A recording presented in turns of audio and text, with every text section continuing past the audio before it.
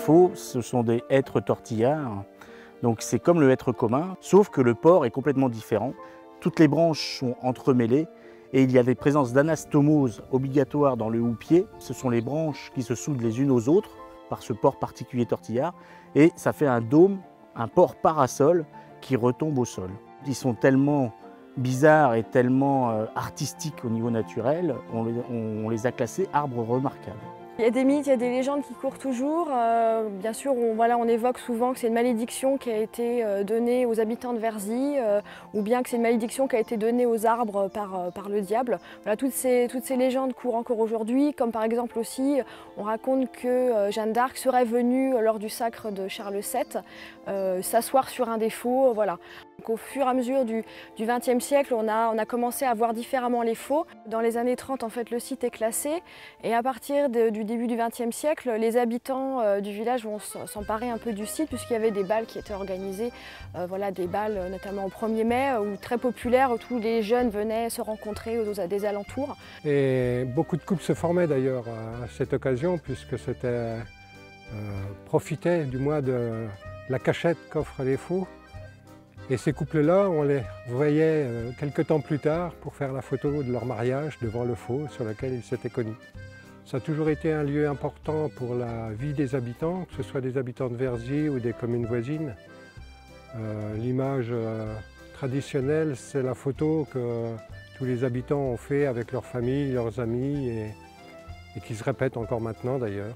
Entre Verzy et les Faux, c'est une longue histoire. Dès le VIe siècle, en fait, il y avait une abbaye qui était sur Verzy et qui, au IXe siècle, a migré en haut de la forêt sur l'ancien lieu en fait, de cellules de Saint-Bal en son honneur. C'était une abbaye très très riche, mais elle a été détruite à la Révolution française.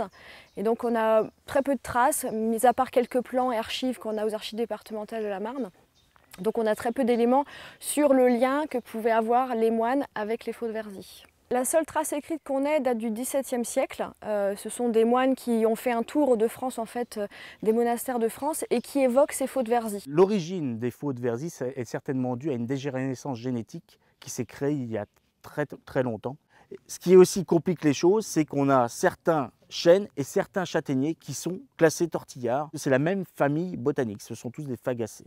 À Verzy, c'est la plus grande population reconnue au monde et elle représente plus de la moitié des individus présents sur l'Europe. On a à peu près 800 faux présents sur la forêt domaniale de Verzy et ils sont concentrés sur 57 hectares. Ces 57 hectares ont été classés en réserve biologique dirigée pour pouvoir les protéger. C'est une réserve qui protège la forêt mais qui permet à l'homme d'intervenir. Et elle permet par des travaux de maintenir le peuplement et d'améliorer et de favoriser la reproduction qui se fait principalement par marcottage et drageonnage.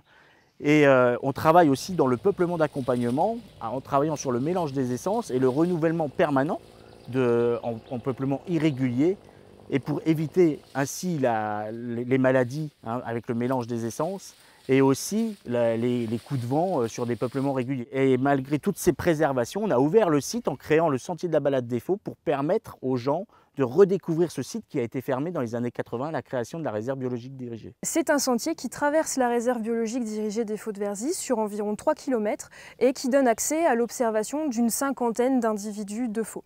Il est longé de barrières. Elles permettent de canaliser la fréquentation des promeneurs sur la balade et elles servent aussi de fil d'Ariane pour les personnes malvoyantes. La balade des Faux est labellisée Tourisme Handicap depuis 2010, donc ça se concrétise par différentes façons. Non seulement le sentier est accessible à tous, donc il est empierré, ce qui permet à la fois aux familles avec des poussettes ou des personnes en fauteuil roulant de venir sur le sentier. Et puis il y a aussi 2 plaques en laiton en relief qui permettent aux promeneurs d'avoir des informations sur l'itinéraire et à la fois sur la structure d'infos.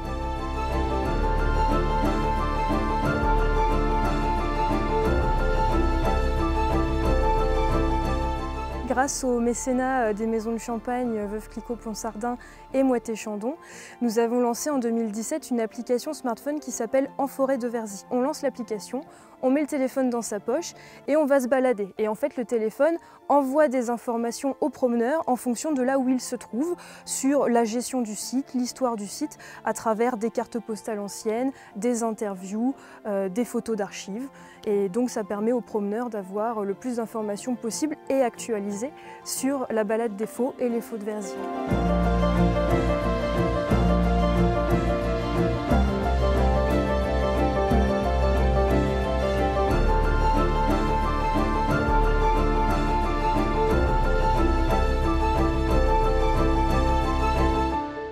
Alors le label Forêt d'Exception, en fait, c'est un label qui a été créé par l'ONF pour consacrer des forêts avec un patrimoine bien affirmé, déjà très important localement, et aussi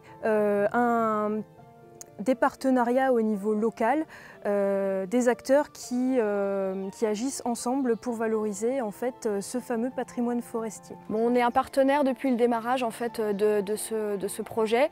On a travaillé avec l'ONF à la mise en place du dossier de candidature, notamment toute la partie touristique et milieu environnemental, et puis aussi toutes les recherches historiques qui ont pu alimenter ce dossier. Donc c'est un partenariat étroit et puis une collaboration qui s'est très bien établie et qui a permis aussi le succès de cette labellisation.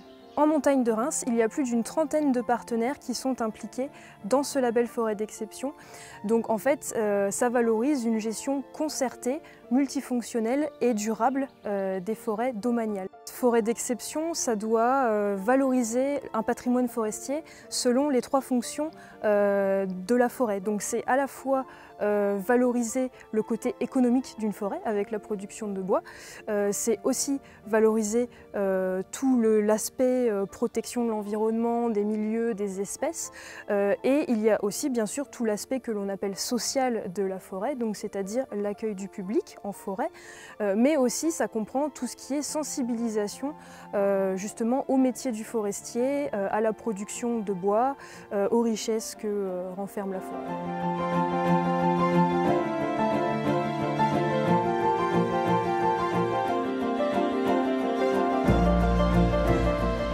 Les gens de Verzy sont fiers d'être dans ce village qui possède un tel patrimoine. Je crois que c'est l'image et c'est associé. Verzy-les-Faux sont deux mots qui sont associés et qui, je pense, perdurent. Forêt d'Exception, c'est un label qui va nous permettre de capter certainement des financements et de mettre encore en plus en valeur le site et aussi le mystère faux. Par ces études génétiques, est-ce que l'on va déterminer vraiment l'origine scientifique des faux de Verzy? Peut-être, peut-être pas. Ça sera l'avenir qui nous le dira. D'après l'Observatoire du tourisme régional, c'est le site, l'espace naturel le plus fréquenté de la région. Donc le défi au final initial qui était de concilier préservation des faux avec accueil du public, on peut dire qu'aujourd'hui il est plutôt bien relevé.